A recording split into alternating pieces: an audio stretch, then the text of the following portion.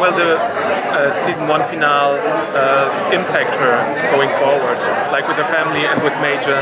Yeah, well now actually Kai Babineau is one of the only significant people in her life besides her family who doesn't know that she's a zombie. So there are a lot of people who she has really conflicted relationships with. I mean, she's begging forgiveness in many senses. Major and Peyton both feel very betrayed by her hiding this, although she was doing it with their best interests at heart. So I think it definitely lends itself to some conflict and some interesting kind of relationship dynamics. But at the same time, it must be liberating to not have that secret from as many people, and I think that there will be some benefits for Liv in that as well. Also in the season 1 finale, she decides not to take the care of herself and give it to Major. But then the last scene is she can't help her brother. So is that still going to be a dynamic in season 2? Is Liv still going to be struggling with, do I really want to be a zombie, or is she kind of going to be more, I guess, comfortable in it and willing to kind of move forward in that scene?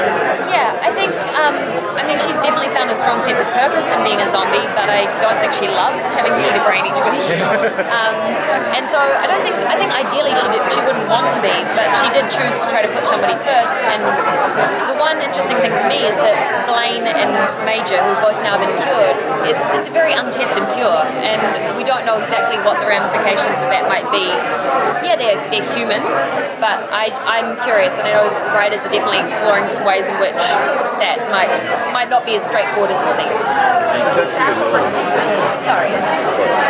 back over season 1, is there a favorite brain she hates that you like the personality so much we should kind of revisit it again? Can I tell you how weird it is after work going through a supermarket on the phone and being like, oh, this brain that I ate today, and people look at me and it takes me a while sometimes. I'm like, right, I sound insane.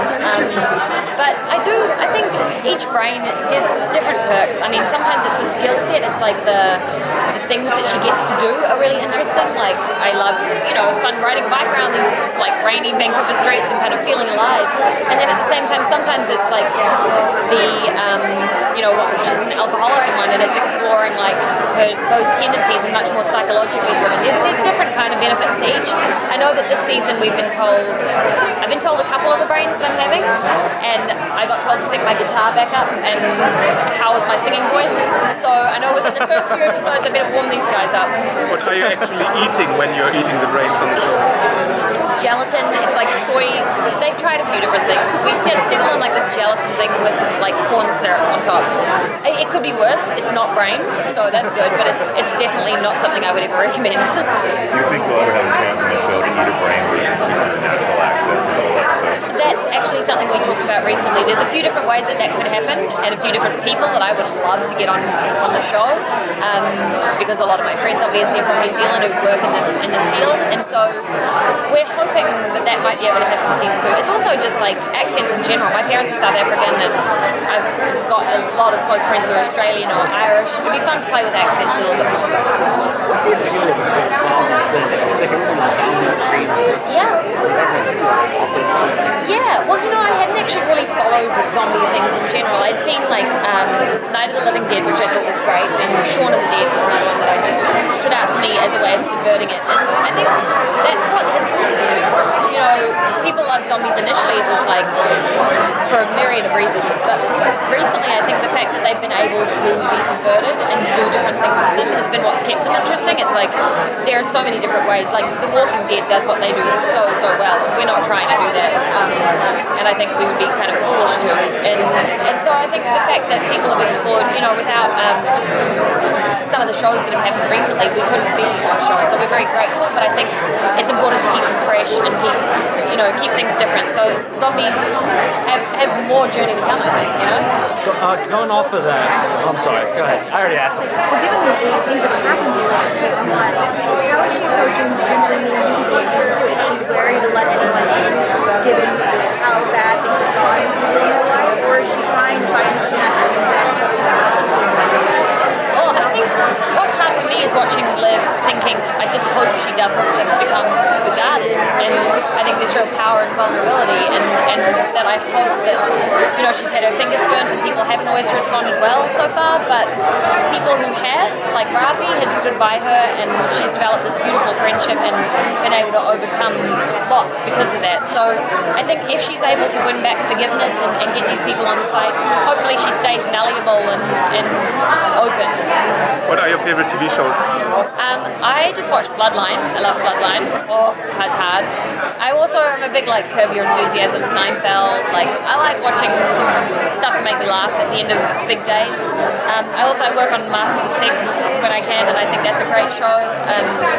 There's all sorts. There's so many good things out there. I've actually only just started watching Breaking Bad. I'm a little behind, but I'm really enjoying that so far. Going off of that, iZombie is so many like kind of different shows. Starting the one it's zombie, it's like a cop show. It's a whole lot of different things. So what's your favorite aspect of the show to kind of play? Like, do you like the more supernatural side of it, the science side of it, or do you like kind of like having a different case each week? I mean, I think the reason that I became an actor was so that I could have variety, and this is the ultimate job for that. It's like I don't know what I'm in for each script. I love like the emotional stuff. I like working with real depth and dealing with human condition or zombie condition, as the case may be here. But I think that stuff is interesting, and the psychology of that interests me. But I also have a lot of fun with the humor. I mean, the cast and I get along so well, and the rapport that we have on set and being able to make each other laugh every day is definitely, it makes 50 nowadays a lot easier. So I couldn't do one without the other, and I definitely enjoy the stunt stuff too. So is that. Thank you. Final episode, I was really impressed with the fight scene you had with the was that you? Did you training? It came across great. Do you know the hardest thing about the fight scenes in iZombie is actually the growling? My voice just gets exhausted and I lose it constantly. I need to work with like a voice coach to work out how to make that growl without burning it out.